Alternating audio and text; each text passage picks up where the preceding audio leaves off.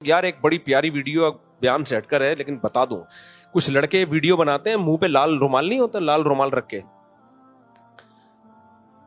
بھائی ٹک ٹاک پہ یا فیس بک پہ نہیں, شارٹس جو آ رہے ہوتے ہیں نا یوٹیوب پہ, یہ مجھے یاد نہیں ابھی, وہ ایک ہی بندہ ہے میرا خیال ہے 4-5 بندے بنا ہوا ہوتا ہے ایک ہی ٹائم پہ. بعض ویڈیو بڑی خاندانی بناتا ہے یار, ایسا نقشہ کھینچتا ہے نا سوسائٹی. میں نہیں دیکھتا زیادہ ویڈیوز یہ, لیکن ان کی جہاں آئے گی میں دیکھتا ہوں. کل ویڈیو بنائی, یہ پاکستانی قوم کا حال ہے, لڑکوں کا, لونڈے لپاڑوں کا. کل میں نے ایک ریل چلتے ہوئے نا نظر سے گزری, اس میں وہ ایک لال سا وہ انہوں نے ماسک چڑھایا ہوا ہوتا ہے, ہوٹل پہ بیٹھے ہوئے 3 لونڈے, باتیں کیا ہو رہی ہیں یار, ایسا ہے 50 لاکھ سے نا ہم بزنس شروع کرتے ہیں. دوسرے کہتے ہیں جب بزنس کرنا ہے نا تو کروڑ سے کرو, پھر مزہ ہے بزنس کا. وہ دوسرا اور تیسرا اس کی ہاں یار بزنس ہو تو پھر کروڑ تو ہو کم از کم, 50 میں کیا ہوتا ہے. پھر کہا چلو تینوں مل کے پیسے ملاتے ہیں. جب تینوں, یا بھی مجھے پورے الفاظ تو یاد نہیں ہے نا, میں تو رٹا تھوڑی لگا کے میں نے یاد کیا, ہو سکتا ہے کچھ ان کی تعبیر میں میری تعبیر میں تھوڑا فرق آ جائے, لیکن جو میسج ہے وہ میسج ان کا جو دینا چاہ رہے ہیں نا وہ میں بتا رہا ہوں.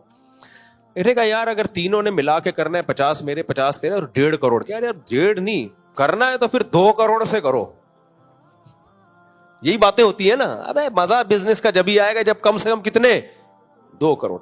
اتنے میں وہ ہوٹل میں بیٹھے, وہ آیا چائے, نے کہا یار 3 دودھ پتی لیا. وہ کہہ رہا میرے پاس تو پیسے نہیں. کیا ایسا کر ایک لے آئے, دونوں آدھی آدھی پی لیں گے,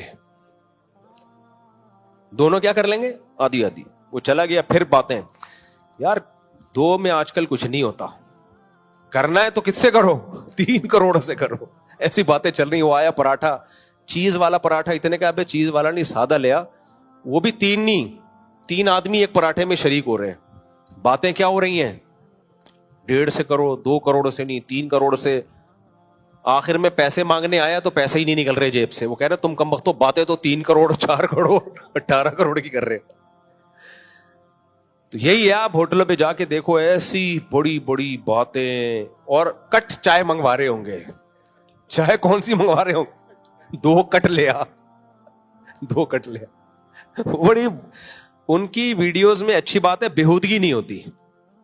ایک اور میں نے ویڈیو دیکھی, بڑا مزہ آیا, میں نے بڑی شیئر کی. میں نے کہا یار ہمیں اپنی بچپن یاد دلا دیا انہوں نے.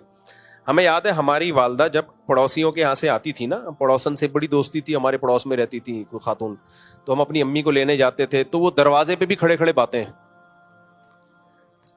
ہلتی نہیں ہے نا پرانی عورتیں, باتیں ہی نہیں ختم ہو رہی. بھائی امی اب گھر چلو ہم لینے آئے. تو انہوں نے بالکل وہی نقشہ کھینچا. تو پڑوس سے امی نکل کے آئی ہیں, امی کو لینے آیا, وہ پھر دروازے پہ باتیں, پھر باتیں ہی ختم نہیں ہو رہی ان کی. پھر وہ اچھا چلو چلتے ہیں, اچھا ہاں وہی چلتے ہیں. اچھا وہ بتانا آج کھانے میں کیا پکایا ہے, آج کدو, ہاں کدو ذرا سستے ہو گئے ہیں. وہ مجھے پورے الفاظ یاد نہیں ان کے. اتنی لمبی باتیں, بندہ بیزار آ گیا یار. میں نے کہا یار اس بندے نے صحیح نقشہ کھینچا ہے. پہلے ایسا ہی ہوتا تھا, خواتین امی کو لینے جاؤ نا کہ بھی بلایا ہے گھر میں, کھانا پکا دو, یہ کر دو, تو وہ پرانی عورتوں کی باتیں ختم نہیں ہوتی تھی. کہتے ہیں 2 خواتین کو جیل ہو گئی 20 سال اکٹھی رہی نا وہ. تو جب جس دن رہائی ملی تو کہہ رہی بہن کچھ باتیں رہ گئی ہیں, انشاءاللہ پھر ملے تو کریں گے. جیلر نے کہا یار 20 سال میں تمہاری باتیں ختم نہیں ہوئی ہیں. تھوڑا اچھا بنا, اس میں بے حیائی نہیں ہے, بےہودگی نہیں ہے. مجھے انہوں نے کوئی پیسے نہیں دیے. کہتے ہیں اچھا مفتی صاحب کمرشل ہو گئے ہماری. اچھا اس میں ایک اور بھی بڑا زبردست, تازہ پرانے لوگوں کو تازہ شوق بھی ہوتا ہے. تازہ گوشت اپنے سامنے کٹوا کے لائے ہیں, تازہ. اچھا ان دنوں میں میری بھنڈی لگ رہی تھی, میں بھی تازہ بھنڈی کھا رہا تھا. جس کو میں بھنڈی کھلاتا ہوں بولتا بالکل تازہ ہے, تازہ. تو اس پہ ہمارے بھانجوں نے بھیجی, بولے یہ تازہ کا انہوں نے بیڑا غرق کر دیا ہے. تو تازہ. پھر وہ دادے لوگ یہ باتیں کر رہے ہوتے نا, ابے تم لوگ تو یہ فروزن مرغی کھاتے ہو, ہم تو تازہ مرغا کاٹ کے کھاتے تھے. تو ایک نے, اب مقابلے ہو رہے ہیں, تو ایک نے کہا ابے سامنے ہم تو انڈا خریدتے تھے, مرغی بٹھاتے تھے, اس چوزے کی اپنے حساب سے تعلیم و تربیت کرتے تھے, پھر تازہ کاٹ کے کھاتے تھے. تو یہ بوڑھوں میں یہ مقابلے ہوتے ہیں. اس کے بعد سے میں نے یہ کہنا چھوڑ دیا تازہ بھنڈی. لیکن ہماری بھنڈی آرگینک تھی, وہ واقعی تازہ تھی. اچھا میرے بھائی، بیماری کا علاج آپ نے اللہ کی طرف سے ہے، اس پر یقین کرنا ضروری ہے، بھائی وہ کافر ہو جائے گا. مجبوری ہے یار، قریب کا ہے، افسوس ہو رہا ہے. بیماری کا علاج آپ صلی اللہ علیہ وسلم نے بتایا اللہ تعالیٰ کی طرف سے، اور اس پر یقین کرنا ضروری ہے. جو انکار کرے گا وہ کافر ہو جائے گا. جیسے شہد میں شفا ہے. میری خالہ کی بیٹی ہے، والدین میری شادی کرنا چاہتے ہیں، لیکن مجھے بیماری کا شادی سے کیا تعلق ہو گیا، لیکن مجھے 10% بھی دل مائل نہیں ہے اس کی طرف، کیا کروں؟ والدین کہتے ہیں تمہاری بہن کی شادی ہم نے اپنی پسند سے کی ہے تو تم کیوں نہیں مانتے؟ دو الگ الگ سوال ہیں جن کو گڈمٹ کر دیا انہوں نے. بھائی بیماری اور علاج دونوں اللہ کی طرف سے، لیکن اسباب اللہ نے ہی پیدا کیے ہے نا، تو اللہ ہی ہمیں حکم دیتا ہے کہ اسباب اختیار کرو. نظر کس پہ رکھو؟ اللہ پہ رکھو. باقی آپ کی کزن سے بالکل بھی دل مائل نہیں ہے تو منع کر دو. پھر آپ بہتر ہے کہ مان لو جہاں ماں باپ کہہ رہے ہیں وہاں زیادہ فائدہ ہوتا ہے، لیکن بعض دفعہ بالکل دل مائل نہیں ہوتا، زندگی کی رونق چھن جاتی ہے، عذاب میں آ جاتے ہیں لوگ.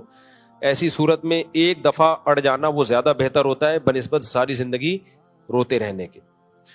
تو بالکل ہی دل مائل نہیں ہے، تھوڑا بہت بھی دل مائل ہے تو کر لو. جب شادی ہوتی ہے محبت پیدا ہو جاتی ہے.